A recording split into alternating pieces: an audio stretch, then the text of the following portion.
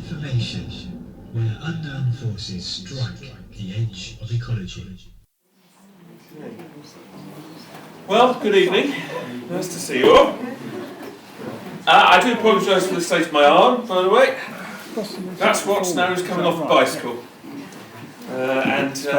Fun and games last week, so I have broken it and it's now held together with what looks suspiciously like a piece of Meccano on the X-ray. 4 screws, yes. So would you define it as a forearm smash then?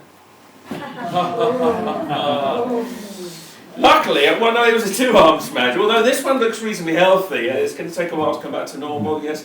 Be thankful that you can only see that, because the little bit you can see there gives an idea of the state of my body up this side. Anyway, there we are. I lived, so that conspiracy didn't get me, you see. No, however, having said that I lived, I will start with some sad news because somebody hasn't lived, I'm sorry to say. Some of you may remember Paul Wright. And if you don't, when we used to be in the L shape, he nearly always sat about there, chap with glasses, leather jacket. He was, shall we say, a very regular attender of this meeting, but he did die sadly a few weeks ago, only 48, I believe, of cancer. And that's the second person in that part of the room that's been got, because of course we lost Chris Hopper just a few months ago, so maybe it's good that corner's been shut off now, right? That dark energy is gone. Yes, Dick, any update? I did say to Helen at the time that when I looked at the order of service for Paul's service, I looked at the date of birth, and he had the same date of birth as Chris did, and they died about a month apart. How amazing! And he was going up to Guildford, Royal Surrey for chemo, and Chris was mentoring him because he was a therapist as well. And his wife did actually mentioned that Chris had helped him a lot. Well, isn't that strange? Well, that's even stranger. Make of that what you will. Anyway, our traditional thing here is, and nobody here would really want a load of silence, I think we should give Paul a round of applause.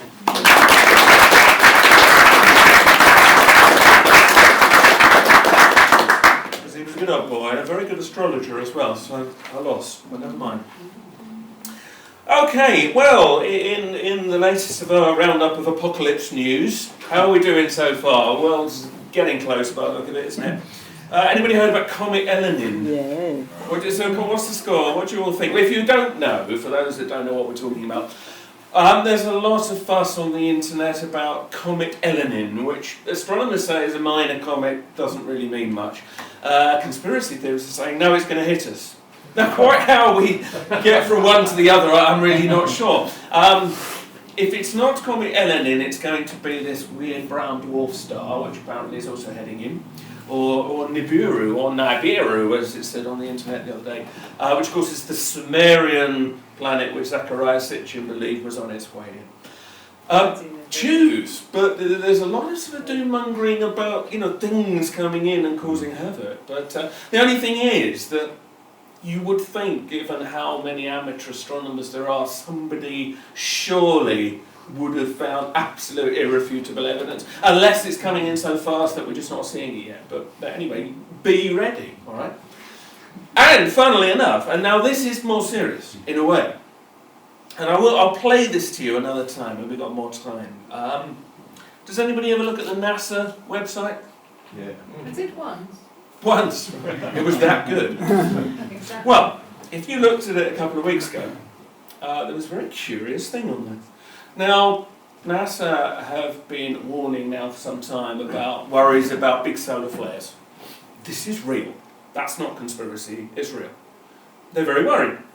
And when NASA starts making very public statements, you know you need to find out more, because there's obviously a lot more they're not saying. They've been saying for several years now, many of you will already know, that the sun has been out of kilter, breaking records for activity and all the rest of it. Now it's gone to the slowest, the quietest it's been in years. In a very similar cycle to the quiet cycle 10, as it was affectionately known, that gave us what's called the Carrington event of 1859. As you will remember it well, damn it. Now, that was such a big solar flare that had it happened today, it would have knocked out most of our infrastructure, electricity, databases. All it did... I'm coming in your bunker. Right. But of course, back in its day, all it did was take out some telegraphs. Now it's a different situation. NASA is getting very loud about you really do need to take this seriously. Big solar flares. And some, of course, think this is what the whole 2012 business is about. That maybe it's recording some cosmological cycle that does something funny to the sun. Anyway, if you're thinking, yeah, well, go and have a look at the NASA website. And 2 weeks ago, the head of NASA, I've already forgotten his name, but he put up this interesting warning. Now, FEMA is the Federal, let's get this right, the Federal Emergency Management Agency, and they run lots of sort of exercises in America based on, what would you all do if there was a big crisis? And FEMA have been running their annual exercises, and the head of NASA is not happy with the response from NASA families. And what he's basically saying, in very kind of grave tones, is you need to be more ready for an emergency. And it's quite scary, because it's not a joke, this is real. He's saying, I just want you to just think about what would happen in an emergency. Do you know where your loved ones are? Do you know what to do? What are you going to do about your pets? And it goes on. And by the end of it, you think, shit. Because they're obviously expecting something. And I'm not being funny, this is really true. There's something in the offing. Now, whether it's the flares or Comet Elenin or God knows what, don't know. There's something in the air. And when NASA starts to say run for the hills, you start to listen. So just, you heard it here, all right?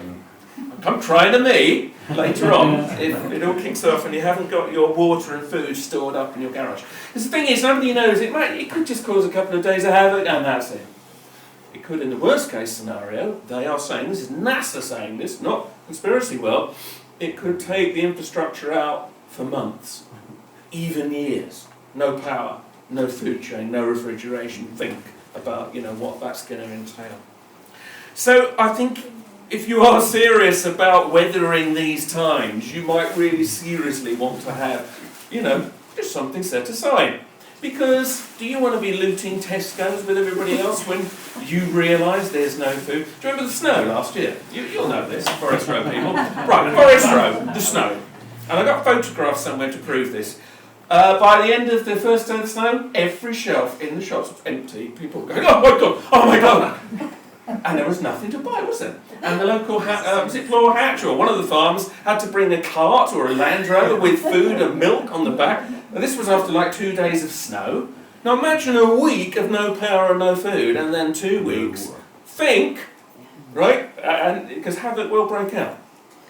So I'm not saying this to scare you, but I just would say, look at what's going on. There's something in the air.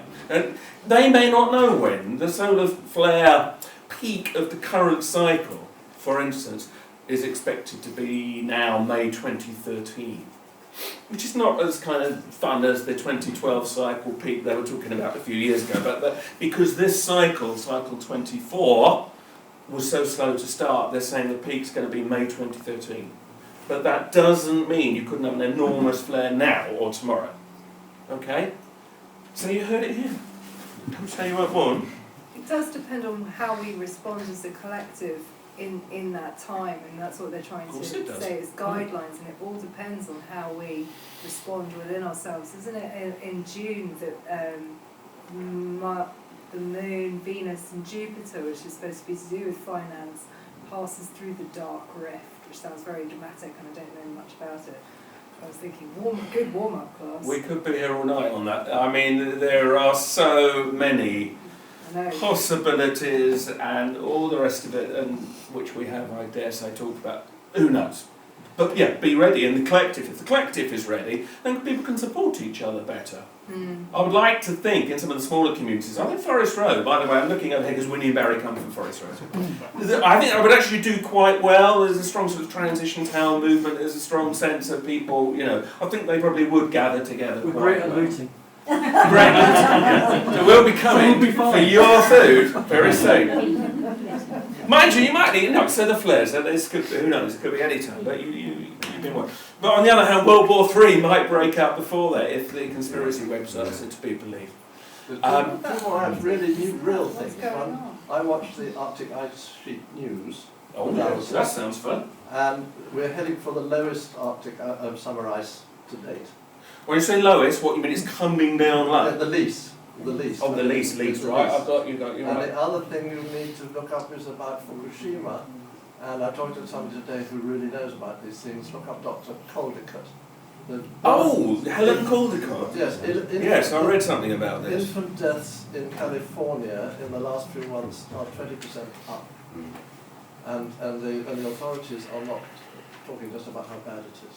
Just to cheer you up. Yes, well, just to cheer you up more, you're quite right, because a lot of people are saying there's a huge cover-up over what happened in Japan, and that actually it's released far more radiation than anybody's telling us, and we're all going to die, basically. Now, on the plus side, of course, I'd like to hope we might mutate, and because, I mean, you know, if you look at Chernobyl, there are pigs living in Chernobyl that are highly radioactive, but they're doing really well. They're just highly radioactive. You wouldn't want to have a bacon sandwich out of them, but they seem to be living. I mean, you know, so who knows what's going to go on. But yes, the whole Japan thing. Sorry, Meg, what are you trying to say? Sorry. Well, if whatever that planet is or star hits us, we won't have to worry about nothing, will we? Oh, that's true. Bless him. Yeah, bless him. Well, I mean, that, of course, is also, sorry if there's any evangelical fundamentalist Christians in here, because they're hoping, but it doesn't matter anyway, because Christ will come at the right moment, and it's got to get bad before it's... consciousness, whatever happens. This is true, yes. Maybe planetary euthanasia is just one of those things they contemplate, you know? Maybe. But yes, aside from the Japan thing, yeah, there's lots of people saying America's about to invade Syria. Now, what that takes me back a little bit to something I remember hearing in this room years ago. Barry Reynolds, founder of this group, who's not with us tonight, but he did send his apologies. He used to have these communications, not personally, but from a lady that did channeling. And I remember her saying that we're going right now back 20 years, it's our 20th year here now. She said, when something like the Syrian forces go over the Golan Heights into Israel, that's the beginning of the end. And now I just thought, that's kind of curious, isn't it? And those people are saying what's going on in Syria is what's really going on. Libya's a kind of distraction. What it's really all about is Syria. And I'm not saying this because there's any truth to it, but I just think we should all talk about these things. Yeah. On the other hand, of course, some people say that's a load of rubbish, which might be. But there is certainly a mass of American hardware building up in the Syria kind of region, so they're obviously getting ready for some possibility or outcome. I've heard they've been carrying out quite a lot of drone activity in Yemen, which is totally unreported, and it's been going on for quite a long time and it's increasing. I'm sure. They've definitely got a massive plan for the Middle East. I mean, news. They've definitely got a massive plan for I get my Middle news East, from Ross. Middle East, which also involves Saudi Arabia. Well, I mean, yes, it goes on, doesn't it? I mean, it's like the drone attacks in Pakistan. I mean, now they're talking more openly about them, but they've been going on for a long time. Long before the Bin Laden assassination. Yeah. Do we need to say anything about that? No, Other than how moronic that whole setup? Do we need to really cover that? I've been we trained. need to go over that. I watched Fierce for Vendetta, and so you know when the little kid goes bollocks at the Big Brother telly, I was just like, yeah, right. Yeah, V for Well, Vendetta. send our regards to the makeup artists. No. So, So, well, yes, so, you know, we all know that we're not being told the truth about the world situation. Oh, I did like it today on the news, though, where they've announced that the war in Libya, which is obviously a just war... It's not a war, mate. It's not a war. It's not a war. what is it? Sorry, it's not a war, is it? Forgive No. me, it's a humanitarian exercise, forgive me. And it's only cost £250 million. And Sir Jock Stewart, it's a great name, that's it, Sir Jock Stewart, isn't that a great name? So he says on the news today, well, I think that's very reasonable for action of this kind, or something on those lines. It's like, Small that's beer. small beer, that's it, it's a small beer. Small. You think, that's funny, they couldn't afford any hospitals or schools last week, is it? But this is small beer. And he was saying, oh, we'll soon get that back. Isn't it funny how the priorities, you know, can just shift as they need them to? So it would be laughable if it wasn't so tragic. How much did they spend on the sale of arms? Probably an enormous amount Yeah, that's what it's all benefiting about. them To hugely. buy the arms, yeah. Yeah, of course. Yeah. Well, we need a war. And I hate to say it yet again, if you've never read 1984, read it. We're in it, right? Orwell's 1984, it's perfect. Always must have a war against some vague enemy you'll never defeat. Must have a war somewhere. And everything it describes, this is it. We live in that situation. Go and read it. Well, that's funny note, we're actually paying for that. Nice. Every day when you go to work, that's what you're doing. Yeah, that's true. Sorry, in that. Actually, That's even if you don't go to work, you're still paying for it. Well, Because it absolutely. comes out of Well, every that's budget, exactly it. everywhere. Yeah. We'll sort it out. I mean, I feel like we're reaching, it's almost like something's pushing it so far that we're reaching a breaking strain as a collective where we've got to go. I do No, think at this some is- point this we'll is have to take ridiculous. responsibility Yeah. for what we're paying for No. Well, I think and what all we're of allowing this, to happen. all of this that's coming to a head now is about sorting it out, actually. Yeah. Although it can look insurmountable. But I do think that, like, Yeah. you know, on a spiritual basis, we personally will have to take responsibility for what we have been paying for. Sorry in that, but Well, you I'm are. afraid that's the way I it think goes. that's fair if they're assessment. We're paying to bomb the finest water in the world, and Yeah. we're 80% water. That's not doing your karma any good whatsoever. Not doing the water anymore. National If Park. you're in a universe test, mankind's finished. yeah. That's how serious it's got. However, I'm happy to say that's partly why we have these good people sitting in the corner tonight, because we're going to come to them very shortly.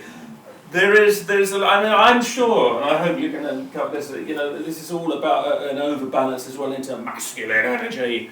And maybe we're heading for something different, because we're going to talk about divine and feminine and all sorts of wonderful things very soon.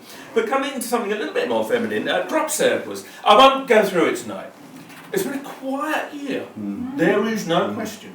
Definitely. Now, there's two schools of thought. The skeptics, and we'll talk more about this at the next meeting, because I'll be looking at the crop circles this year. The skeptics have been very voracious this year, like really on the attack, really trying to just really nail everyone they hate, with a kind of slight strange quality. It's almost like so fervent. What's the problem? You know, God Almighty, we look at what's going on in the world. Is that worth it? Have they got something better to do? But apparently not. And I mean, just to give you an example of that, some of you will have seen Suzanne Taylor's film Crop Circles, What on Earth? Which I have to say I'm in, and I hate it more than any other performance I've ever given. It was filmed, I'm not being funny, it was filmed 10 years ago. Okay, I know everybody hates themselves 10 years ago, but it's particularly bad, and I can't watch it anyway. However, it took her 10 years to make the film, so she's now promoting this as a new film, and she's going all around America especially, saying, watch my film. Bless her. It's, you know, it's raising the word of the circles, but there's a kind of an Art Bell type radio show called the Martial Masters Show, and she was on that on his radio show the other day, and everything was fine. And then when she started talking about the amount of debunking that's going on this year, allegedly, according to the radio station, they then got bombarded with like calls, vulgar calls, and people on the attack. Get this woman off the air, how dare you give her airtime, really horrible things. And then they claim somebody then sent their radio station a virus that wiped out all their systems. Now you have to think, no, it could be coincidence, or maybe they just don't like her, I don't know. But it does seem a bit like overkill. You think, what is it they don't want to hear, or they don't want other people to hear, you know? So it's a strange old year. The circles are quiet. And the skeptics certainly, you see, their argument is, oh, well, that's because we're bored, and we don't want to make any circles now. The counter-argument is, they're going, oh shit, there's no circles. How do we explain that? Oh, well, we're on a ghost show this year. So you can't win, you see, there's 2 points of view. Who knows what's right, who knows what's wrong?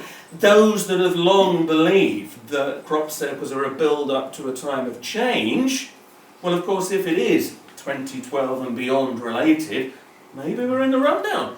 Maybe they've done everything they were meant to do. Maybe. It's an interesting thought, isn't it? But then again, it's early days. We might come back, and we're coming back, I think, September, and there'll have been a zillion fantastic formations. But at the moment, it's certainly... The ones we've had are a bit patchy, and there's only been about 10 or 12. It's very, very quiet. So it's a strange old year. But we'll talk about that in September, which will be, by the way, 22nd of September. But if you're on our mailing list, you will know this or find out. If you're not on our mailing list, I can see a few unfamiliar faces, pop your, preferably email address, but if not, you can stick an address down, but pop your email address on there and you will find out at all our future meetings. So, but we'll talk about crop circles next time. What else can we say? Right, now, we have in the corner here Barry and Winnie, and I will introduce Winnie in a minute. But Barry isn't sort of a supportive role tonight, but they're both authors. Barry has certainly written several books, and Barry and Winnie have written a book, and you're going to like this. And given many of the things we've just talked about, you've got to buy this tonight. The Truth About Illness, Unhappiness and Stress. So if this meeting has in any way distressed you or made you feel ill, the remedy is sitting here. Will it fix that? Absolutely. Oh, fantastic. But I should also say, Barry's book's been getting some rather nice plaudits. This is Barry's novel, The Breaking of the Shell, which is a kind of a novel with meaning, you know, not just a novel, you know, about everything we're talking about and a man coming to consciousness. I think it's a fair way to say it, although I haven't read it, but Helen has. But she was very absorbed. In fact, bloody, he was in my bed every night, but she was absorbed reading his book. A lot of women in Forest Row say that, though. I know, yeah. He's been in the bedroom of every Forest Row person. But anyway, so there are some books here. Do have a look, okay? Because there's lots of interesting things. And Marcus has the new Nexus here, and various interesting books and all sorts of things there. Sorry, this sounded like an exchange of mark now. Well, for those of you that have been waiting, there's probably nobody now, but the new Truth Agenda is out! Finally, updated, revised, new bits, mistakes, changed. So, if you want a copy of it, there is now the new version. If anybody watches Sky 200, Edge Media TV... Yes, I do, yes. Well done. Well, it's back up and running. Ian Crane, that will be known to many of you, spoken in here more than once, is now running it with a bunch of guys. We're going to be running a promotional campaign for Truth Agenda in the next few weeks. That'll be fun. If anybody wants to tune into On the Edge, which is going to be, I think, on next Thursday the 30th, me, Jason Porthouse, some of you will remember used to be here, we're going to be on talking about the Glastonbury Symposium Conference. So, and other things. That's a spin-off really into just all the subjects it covers. Which, if you don't know about, there's a flyer coming up end of July. Take a flyer if you're curious of that. I'm sorry, just keep the advert going now. If you're interested in crop circles, however, the new Introduction to Crop Circles is also now finished. So yeah, look, 2 new revised books.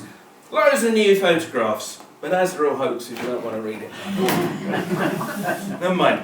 And if you read Kindred Spirit, by the way, I have an article on the latest Kindred Spirits. If you go into Smith's, it's in the one that's in there now, which you might find helpful. It's all about, okay, we're all talking about 2012 and big change and solar flares. What would the reality of that be for the person that cheered when it said all the power's going to go off? How do we deal with that? How do I we watched approach Dark it? Angel, it was great. So, you might find the Kindred Spirit article worth reading if you're curious about how actually is the spiritual community going to actually approach this and make it a positive experience. So, have a look. Right, I think that's covered everything for now. And if it hasn't, it's too bad. Winnie and Barry have been in this room before, quite a few years back. Now, I think I wasn't here, I'm not quite sure. I think I was ill or something. You invited me to do a talk and then legged it. And I legged it, didn't I? So, I understand that. so I was starting to hear you now. Barry gives talks, but when I said to who wants to give a talk, Barry said, look, actually Winnie's on the money at the moment because Winnie is a regressionist, hypnotherapist, counsellor, and I thought, well, yeah, actually. So we talked, so what do you want to talk about? And we decided that we would talk about this business of the goddess, the Grail, and 2012, because I think there is a need at the moment to rebalance the feminine and the masculine in our world in an attempt to help to put right all the kind of things we're talking about. So Winnie's very kindly come along. It's a really pleasure to have you. And I'm going to leave you now, happily, you'll be glad to know, in Winnie's hands, and I'd like you to give a big round of applause for Winnie Durdant-Hollamby.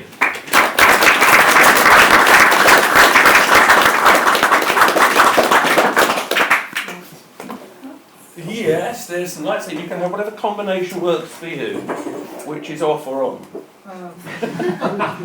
No, we can have, no, there is a light switch, actually, no, you can have Leave that there. There is a switch here which balances it out somewhere. There we go. Actually, to somebody who can actually move, reach that switch. That might seem pathetic, but I can't actually reach that far at the moment. Thank you so much.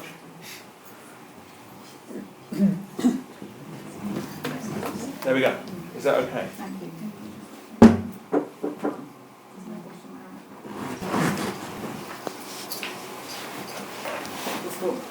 Good evening, everyone. Can you hear me at the back? I'm not used to projecting very far, so if I get quiet, just go, speak up, okay? Thank you very much, Andy, for inviting me. Title of the talk. You're an advanced bunch. I'm a student of this subject. I love to read about it. I'm fascinated by what I'm presenting to you tonight. Most of you probably know more about it than I do, so perhaps you're here to teach me about it tonight. I don't know. So you've come, so it must be interesting to you as a subject. Is there anyone here who feels they don't really know what the divine feminine is? Tell us anyway. We'd like to know what the divine feminine is. I'd like to know, the sort of level of what the audience feels they know about it. I spoke to someone in Forest Road the other day as I'm doing this talk on the divine feminine. She said, "What? I had no idea what I was talking about." I'm still confused. Okay, well that's good because really this talk, has come out of me because I feel people don't know what it is. I didn't used to know what it was, and that's really what I'm talking about. Is what is it and why is it important? So take a deep breath and close your eyes for a moment. Just bring yourself into the space. Just take some deep breaths and relax. I need to because I'm nervous. I'm going to read you a quote, and I just wanted you to listen to it with your eyes closed. She is the paragon of all paragons of beauty, the reply to all desire, the bliss-bestowing goal of every hero's earthly and unearthly quest. She is mother, sister, mistress, bride. Whatever in the world has lured, whatever has seemed to promise joy, has been premonitory of her existence. In the deep of sleep, if not in the cities and forests of the world. For she is the incarnation of the promise of perfection. The soul's assurance that at the conclusion of its exile in a world of organised inadequacies, the bliss that once was known will be known again. The comforting, the nourishing, the good mother, young and beautiful, who was known to us and even tasted in the remotest past. Time sealed her away, yet she is dwelling still, like one who sleeps in timelessness, at the bottom of the timeless sea. That is an anonymous quote. I don't know who said those words, but I find them very moving. Okay, you may open your eyes and have a look at the next slide. I have another quote for you. Does anyone recognise this quote? I want to know who it was. If you tell a lie big enough and keep repeating it, people will eventually come to believe it. It thus becomes vitally important for the state to use all of its powers to repress dissent. For the truth is the mortal enemy of the lie, and thus by extension the truth is the greatest enemy of the state. Any guesses who said that? I've heard David Icke say that. Like 1984. Adolf Hitler? Goebbels. Goebbels. Joseph Goebbels. What was his? I don't even know what his role was exactly, but he was obviously very high up in the Nazi party. Puppet. He was a puppet. Excellent satirist at the same time. He was a great propagandist. So he knew what he was talking about. So, what am I talking about tonight? The wider hypothesis of these are two talks condensed into one, by the way, so I'm sorry if there's a lot of information, just, take in what you can. Is that the feminine within us all, okay, gentlemen, this is not about men bashing in any way, this isn't sort of feminism in that way. We are all responsible for what, as somebody has said tonight, we're all responsible for what's happened on this planet, men and women both. But my hypothesis, my argument is that the feminine has been denied at a great cost to the well-being of humanity and our planet. I see this denial at first hand every day in my practice as a counsellor and past life regressionist. I see it in both men and women. I see it in the relationships, particularly between men and women, parents and children, and so on, up from the micro to the macro, as we see the structure of societies and the behaviour of world governments, as you were talking earlier about the state of the world at the moment. So, endless wars, famine, global poverty, all over the place, and the UN estimates on top of this that of all the females in the world today, 1 in 3 of them will be either raped or beaten during her lifetime. Does anyone dispute that that's a true statistic? I mean, I don't know, I've heard this. And if it is true, is it acceptable? Has it always been this way? Will it always be this way? Would it be a good thing if it's changed? I think probably, feeling the energy of how you were talking earlier, I think probably you all agree that it would be good to change this.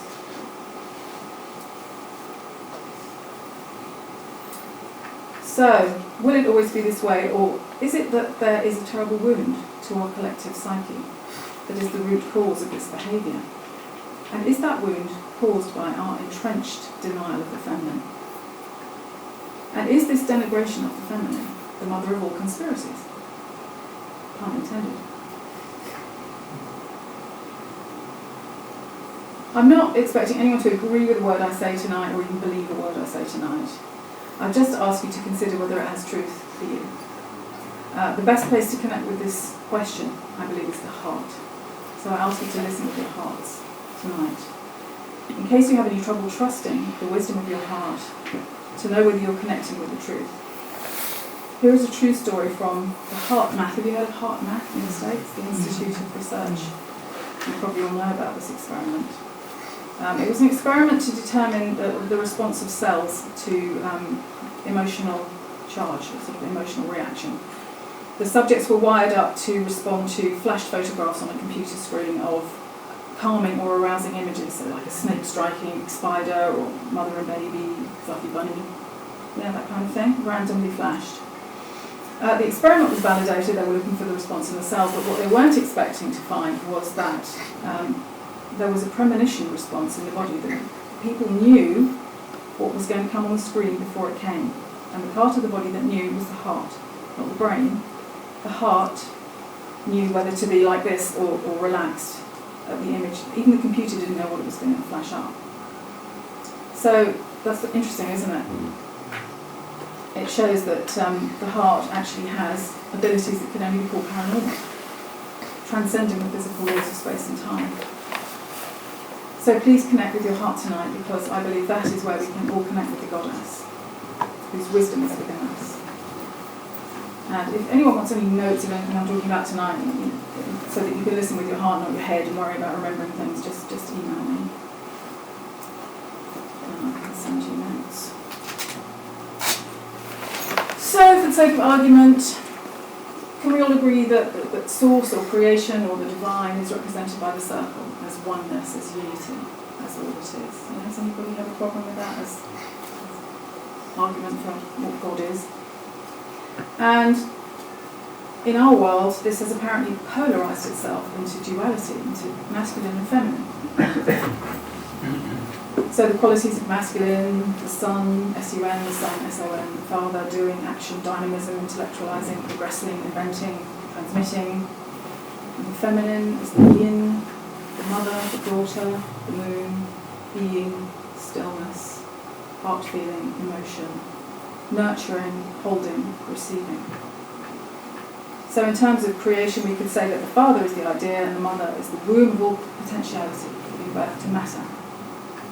Hence the word mater or mater.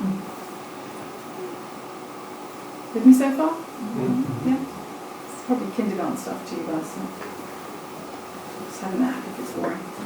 The vesica Pisces is what happens when we divide the circle into two. Take your compass and make another one. Pisces refers to the fish shape in the middle. Also called the mandorla, Italian for almond, and is an almond shape as well as a fish shape, yes. So remember this shape, and you've all seen it in crop circles many times. And if you take your compass and you keep dividing the circle, you get the flower of life, or the Genesis flower. If there's an invisible structure to space itself, to matter itself, it is said to be this, by scientists such as Nassim Haramein. Have you come across his work? Mm-hmm. So we could say that the underlying basis of creation itself is sacred geometry. Anyone who wants to take sacred geometry further, the template.org is working with some remarkable ceremonies where the flower of life is the simplest one I could work with. Huge honeycombs, totally over my head, but literally over our heads, and ceremony. It's beautiful. I was just reading about that. Yeah, I recommend it actually. It's amazing. You would get Profound, on. absolutely Wouldn't she get profound. on so well with Jennifer? Yeah, you would, Our yeah. ambassador Jennifer. Yeah. You and Jess, you sort of. Yeah. Yeah, I think you guys. Anyway. So has anyone been to this? I expect Marcus can probably tell us more about this. Yes, have you been? Oh wow, and have you seen the flower of life on these things? Apparently Marcus is doing talks on how this granite would have been worked. I mean, I have no idea, but this temple, the Assyrian, predates the pyramids. Apparently no one can really date it satisfactorily, but it was clearly flooded after it was built. So it was built before these water levels actually rose and flooded it, so it's probably more than 6,000 years old. It's, as you can, oops. So where is that? Egypt? It's in Egypt, yes. It's next door to the Temple of Seti, which is about 4,500 years old. But this is clearly very different. And, you know, astonishing work on the stones. I mean, you can see the person sitting at one of the steps there gives you the size of the sense of the scale. I mean, impossible, really, to imagine how this was put together. But the reason I wanted to look at it is these. There are about 13. Can you see what this is, everyone? This is the flower of life. You all know about this? I was stunned. I heard about this through Nassim Haramein. He says that these are impregnated into the atomic structure of the stone, of the granite, by technology unknown. Not painted, not carved. Really? Yeah. Bloody hell. Yeah, not burned. Something like a laser, he says. You know, we don't know how they got in there. But interesting. Interesting. This is probably familiar to everybody. The Venus of Willendorf, 25,000 years BC. What? How can it be that old? It's a beautifully, superbly crafted artefact. And inconvenient, isn't it, for our historians to explain the existence of such artefacts and such buildings. It doesn't fit in with the picture that we've been told. The archaeologists who do take this one seriously, especially anything to do with worship of the sacred feminine, or the supposition that there were unimaginably advanced civilizations here so long ago that we don't even know when, they tend to lose their grants, don't they? So, so what on earth is going on? And clearly this is something to do with fertility. It's not a celebration of the intellect, is it, when you look at the head? Well, you will all look like that within 10 years. Probably, yes, people eating McDonald's. The goddess is sometimes termed she of 1,000 names. Some of these names you'll have heard, and I've heard of them, many that I haven't. I won't read more to you now, but you're all right. Just want to look at Sophia, one of those names. Hagia Sophia is Greek and means holy wisdom.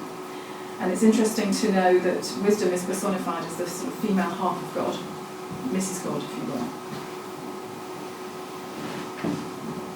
And here, in the heart of Catholicism, Vatican ceiling, patriarchal God giving life to Adam. But who's this? Tucked away under his arm. Some art historians say Michelangelo had painted Sophia. This is Sophia. This is Holy Wisdom here under his arm. But again, not a well-known fact. You know, how many of us have been taught about Sophia at school? I never did hear of her. Not considered important in the worldview. She's well known to the Greek philosophers. She would often appear as a sort of in pale blue, as a feminine archetype guiding them, and so they saw her as a goddess of wisdom, and Christ was meant to be married to her. And then images of her now are sort of overlaid with the idea and being incorporated into the idea of Mary the Mother and her pale blue, Yes. the pale blue balancing the sacral.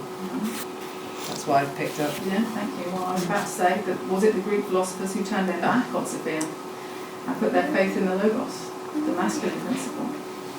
Did it all start with them? We were meant to marry Did it it, start? is the idea. Way back before the Greek philosophers, we find on the island of Gozo. Does anyone know about this? Yes, I've been there. You've been there, have you? Yeah. How fascinating. Again, you know, I hadn't heard about this. Again, people don't talk about this very much. It's not well known. Like the pyramids, the pointy pyramids are very well known, but this, it's all rounded. And it's made of also extraordinarily huge stones, over 5 metres in length, weighing over 50 tonnes. Apparently this predates the pyramids. It's about 6,000 years old. And the legends are that it was built by giants, hence its name, which I'm not sure how you pronounce. But if you dig a little deeper than all the sort of tourist sites, you find that not just giants, a giantess. One giantess called Sansuna built it, according to local legend, who lived on a diet of broad beans and water, and carried the stones on her head with her baby in her other arm, which is fabulous, isn't it? And again, not the kind of story we're told. And fascinatingly, within these buildings we find some of the giantesses. There are some of these figures inside. Did you see them? No, they didn't have them when I went there, I don't think. It was a long time ago when I Again, went. it's hard to find information about these. This is one of the rooms in another temple, which still has its ceiling, which shows a sort of room-like space. There are traces of red paint that indicate perhaps it was all red inside, so it's all very feminine. And then there are these lovely fat ladies. The archaeologists just call them fat ladies, and they've even disputed that they're feminine. They've even said, oh, I'm not sure these are women. Really? Sumo wrestlers. Well, big frilly skirts, I mean, come on. You know. There's a quote from Maria Gimbutas, a maverick academic who stood up for the feminine and went against conventional thought. She said, I prefer to call her the giantess and not label her as huge and fat as the previous archaeologists have done. More effective and sacred than words, the giantess triggers ancient memories within the modern daughter. And Gimbutas also studied symbols such as the spiral. Apparently these Maltese temples have spirals. Did you see spirals everywhere? Yeah, Because again, I can't some find places, no yeah. photos. This is from Newgrange in Ireland. I've been there as well. The spiral has found its way into almost all cultures and has been associated with the feminine as the doorway to life and with cycles of time, seasons, birth, growth, death, rebirth. I just briefly wanted to speak about Newgrange. Has anyone been to Newgrange? Yeah, I have. Really? Oh, you've been to all these wonderful places. Have you seen the solstice? Not at the right time, I wasn't at that time. In fact, there's no. years waiting list to get in at the right time. No, it wasn't the right time. So this is a, again, round, room-like creation. Apparently it has amazing sophisticated astronomical alignments, which I don't know about. Best known for this illumination of the passage and chamber by the winter solstice sun. At dawn from December 19th to 23rd, a narrow beam of light penetrates an opening called the roof box and reaches the floor, gradually extending to the rear of the chamber. As the sun rises higher, the beam widens so that the whole room becomes dramatically illuminated. This lasts for about 17 minutes.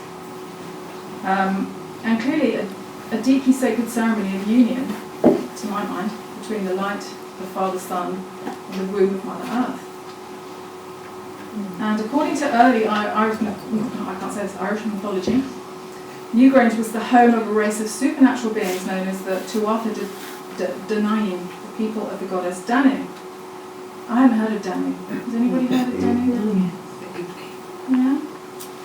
Well, she's the oldest, she's the most ancient Celtic goddess, apparently. And interestingly, shows up in the Rig Vedas of India as well, which is interesting, isn't it? Celtic, India, big geographical space there. If you try and do a Welsh accent badly, you can end up sounding Indian, so I've often wondered if they did look up. That's a very good point. Anyway, the Danube is named after her, apparently, because her influence spread far across Europe. And in many places she's still held in reverence, apparently, I don't know where. It is told that those who worshipped her, the children of Danu, retreated into the hollow hills of Ireland when Christianity overcame the old ways, and there they became immortal, for fairy folk. And Danu's legend lives on as the power that is in the land, never to be overcome by mortals. So Hathor, I thought I must mention, because of the Hathors. Have you heard of the Hathors? Through Tom Kenyon and Virginia Essene? Okay, I'll start at the beginning. In Egyptian mythology, Hathor is this sort of cow deity, a personification of the Milky Way, which was seen as the milk that flowed from the udders of a heavenly cow. So she often has these lovely cow ears, as you can see there.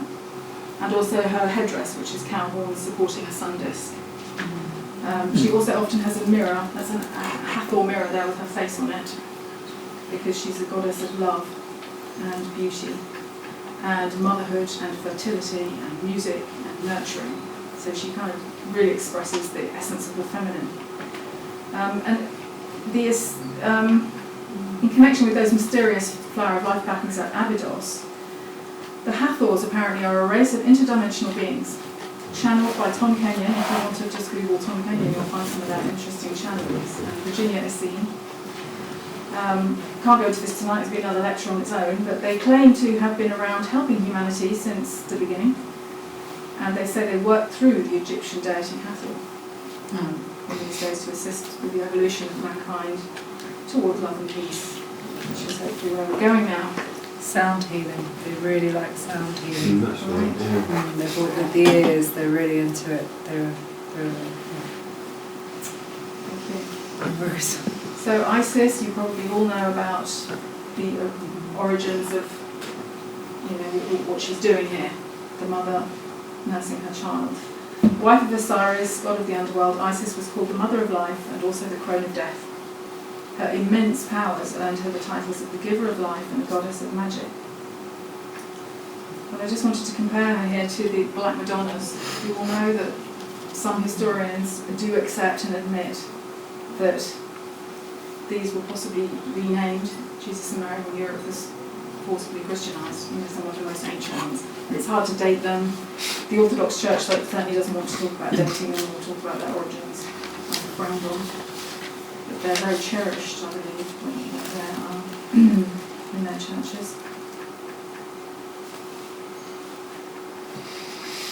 So, Kundalini, briefly, could spend the whole evening talking about Kundalini. I hadn't realised until quite recently that she is worshipped as a goddess. I just knew about it as energy. I knew about Kundalini awakenings and meditations and all that, but she's actually the great mother, Kundalini, who gives birth to all that is.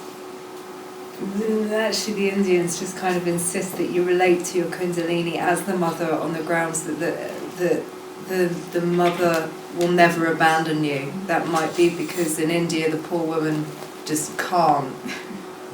So I've been relating to my Kundalini experimentally differently.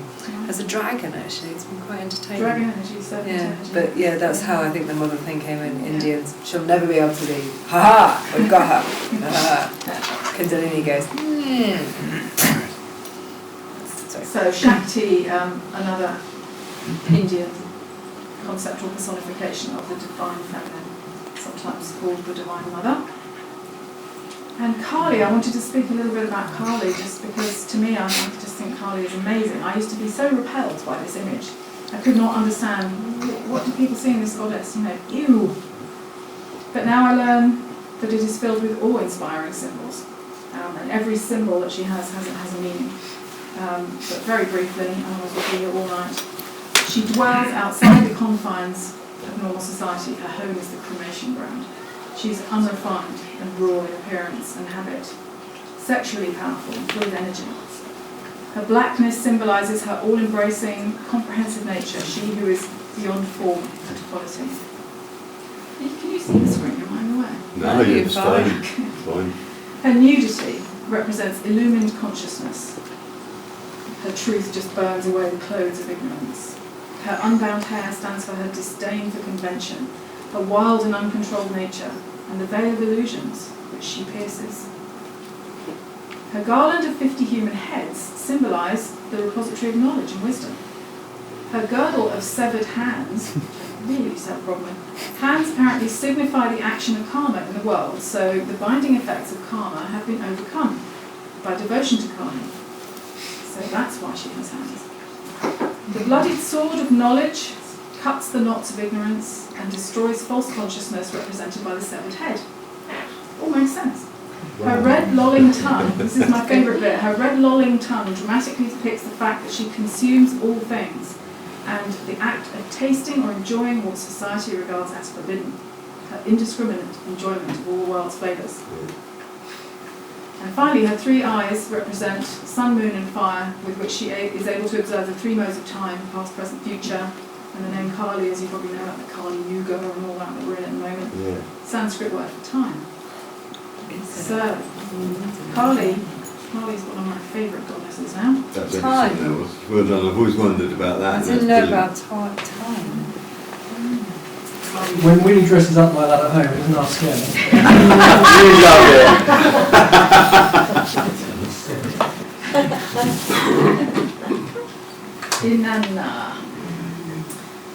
Inanna, the Queen of Heaven, the most important goddess of the Sumerian pantheon in ancient Mesopotamia. She dates back at least 6,000 years. Excuse me, dry throat. She was also known, or she became absorbed with another goddess, or mixed up with Ishtar or Astarte. And they ended up all being the same deity. And in Europe, that became Istra, whose name became our spring equinox festival, Easter, hijacked by the Christian Church in order to try and stamp out the fertility cults. And her name was given for the female hormone estrogen. Goddess of fertility, love and war, Inanna was also a kingmaker. This is important for our sort of larger theme. She was a kingmaker. The man she chose for her husband would be king. Along the Tigris and Euphrates rivers there were many shrines and temples dedicated to her. And the high priestess would choose for her bed a young man who represented the shepherd Dumuzid, consort of Inanna, in a sacred marriage or hieros gamos ritual celebrated at the spring equinox. I think the Church has been so successful at stamping this out that it is now hard for us to imagine or to understand the ceremony of ritualised sexuality as a concept of divine worship. Yeah. And not as something sacred and empowering rather than egotistical or debased. Yeah. It's very difficult. It is very, yeah. We just go, you know, sounds a bit sleazy, you know. So the knot of Inanna, I just wanted to mention briefly, it represented fertility and plenty because it was the storehouse, the knot of reeds at the storehouse doorpost. And it was often carried on a pole. Her authority, the mark of her authority carried on a pole. Now, this was probably the original archetype of the bishop's crozier that later was, again, inculcated into Christianity. And also interesting to note that the early church had female bishops before the church fully incarnated into the female repudiating institution that it became. So I thought that was worth mentioning.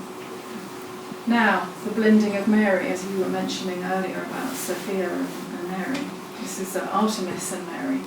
Artemis was the patron saint of childbirth. There she is in the many-breasted version there. Protector of children and the goddess who especially heard the prayers of women. Ephesus in Turkey was the home of a magnificent temple. This is one of the few places I'm talking about I've been when I was a child. Built around 500 BC, but there were previous temples dating right back to about 3000 BC apparently, to the goddess Artemis, later termed Diana by the Romans, and one of her titles was Queen of Heaven.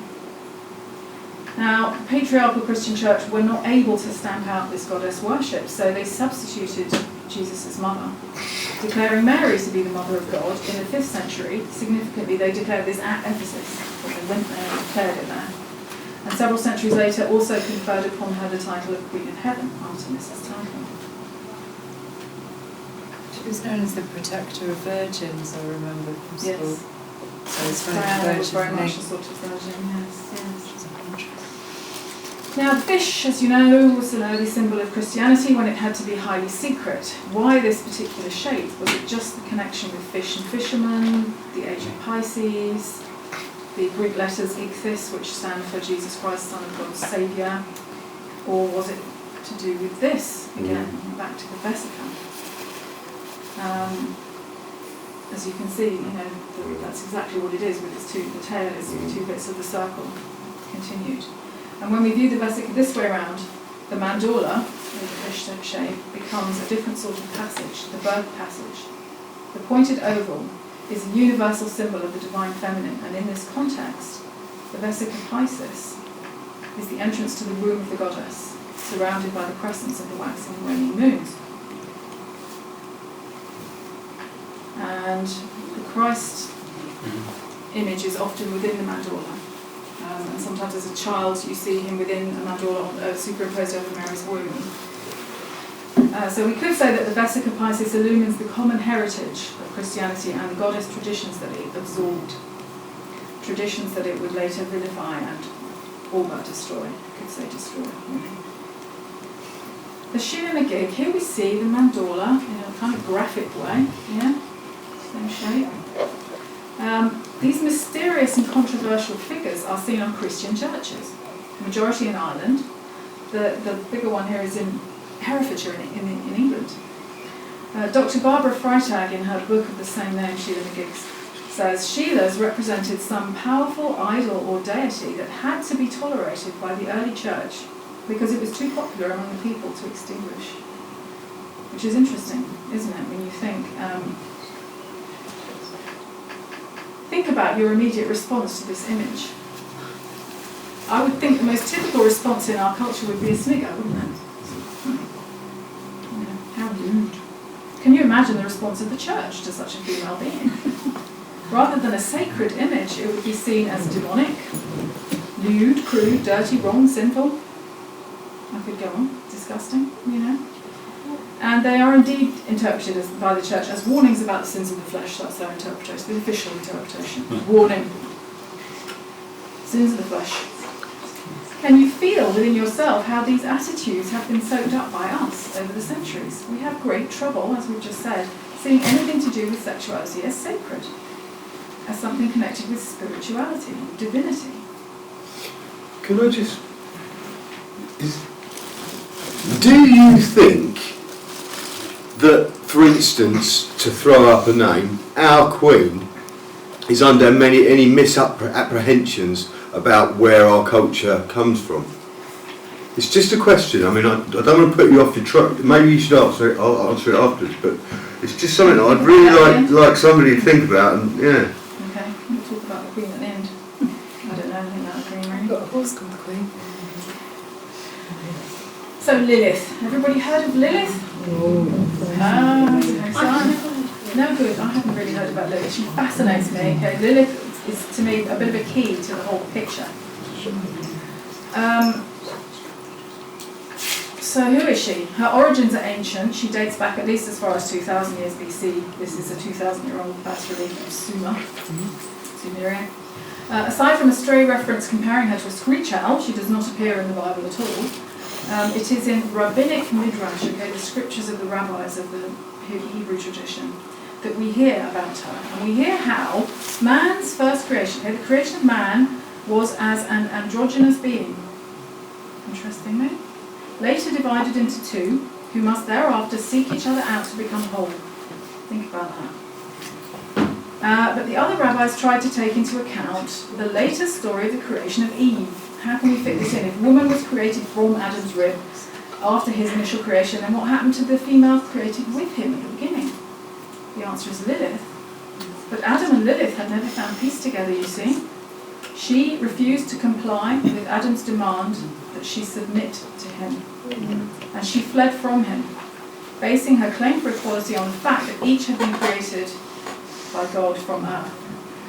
And when Lilith saw that Adam would overpower her, she uttered the ineffable name of God and flew up into the air of the world. I like that bit. Adam then complained to God about his loneliness, and the creation of Eve followed, together with the fall and the expulsion from Eden. Very interesting. Interesting, isn't it? Yeah. Sometimes Lilith, is portrayed as the snake itself. Yeah. Lilith typically symbolises rebellion, rage, and an untamed sexual nature. Lilith is always significantly homeless and wanders about between the domains of heaven and earth. And some stories say, I like this bit too, that eventually Lilith came to dwell in a cave on the shores of the Red Sea, and there she engaged in unbridled promiscuity, I'm afraid to say, consulted with lascivious demons, and gave birth to hundreds of lilim, or demonic babies, daily. We call them tunes now.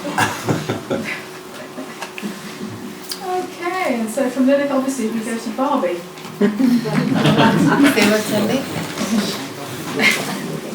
Here we have Mermaid Barbie, and more about mermaids coming up. This is an extract from Forever Barbie by M.G. Lord. I kind of have to say Barbie in an American accent. Barbie offers important insight into our society, she says, and about ourselves. In Western civilization, there is no other icon that is more prevalent or more widely distributed. With the number of Barbies exceeding the billion level, she serves as a defining image of femininity. It is thought that every girl in America will own an average of 7 Barbies during her childhood. Now this is interesting. Research tells us apparently that Barbie was copied precisely from a German adult doll by the name of Lily. As a role model, Barbie, like Lily and Lilith, lived a life absent of marriage, children and family. She defines a lifestyle celebrating self, eternal youth, perfect beauty and indulgent materialism. Her men are weak and marginalised, while she sets an expectation of female perfection, strength, enduring youth and eternal beauty. In Barbie's universe, like that of Lilith, women are not the second sex, for Barbie came before Ken. Well done, Ken. The idea of woman as temptress or as woman subordinate to man is absent from Barbie cosmology. She has never been exiled from the garden, for she has not experienced the fall. Barbie is both toy and mythic object, a modern woman, an incarnation of the one goddess with 1,000 names. In what psychiatrist Carl Jung has termed the collective unconscious, Barbie is an archetype which is ancient, matriarchal and profound. How do I feel about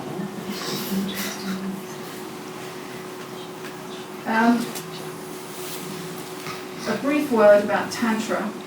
According to Tantra, reality is pure consciousness, which is considered to be identical with both being and bliss. In Tantra, this being consciousness bliss is enshrined as Shiva Shakti. So the two of them become one. A conjoined term. Think about the androgynous being we were talking about just now. Conveying the inseparable nature of Shiva, the absolute, and Shakti, the power of creation. So in Tantra, any conception of the divine which does not include Shakti, the power to become, is considered to be incomplete. And again, I think it's difficult for us Westerners to go beyond the rather limited idea that tantric sex is just sexual athletics, thus failing to go beyond a mere ego-based interpretation of something totally sacred. You really have to look inside yourself at who you are, don't you, to do that? Absolutely. And this is the symbol of Shiva Shakti, better known to us as Solomon's seal, or the Star of David. Is the symbol of the perfect union of masculine and feminine, the two principles, the sacred embrace of God-Goddess, the symbol of the Hieros Gamos, which I mentioned earlier, which is Greek for holy marriage, and refers to the harmonization of opposites. The two triangles come together to form the six-pointed star, the blade, the upward pointing, and the downward pointing, the chalice. So, in a society which I think you will all agree is based on blade alone, we have a powerful controlling elite at the top of the pyramid, with the rest of the oppressed or even enslaved population, depending on the viewpoint, occupying the bottom. Would you agree that this is what has happened? That if there is truly to be a new age, a golden age of peace and harmony, that it is the goddess who needs to be reawakened in us. The goddess of love who has been so long denied and disparaged. Is this the meaning of 2012 and the great shift in consciousness?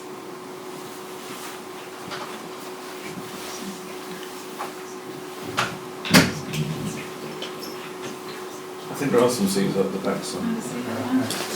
Hello. Hello.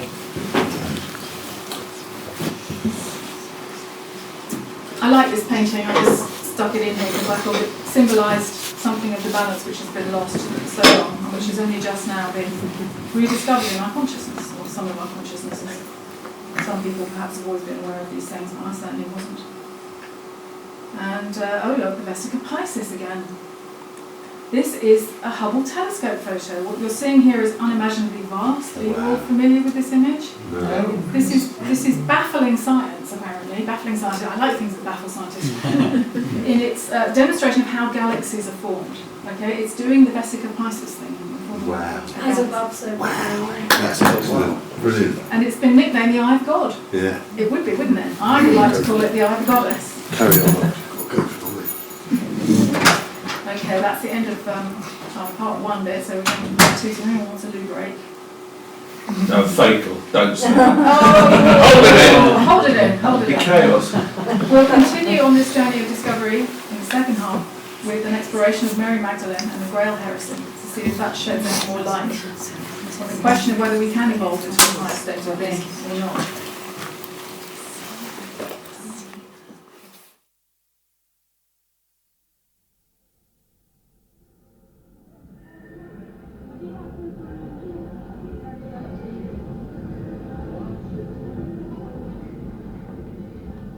The information where unknown forces strike the edge of ecology.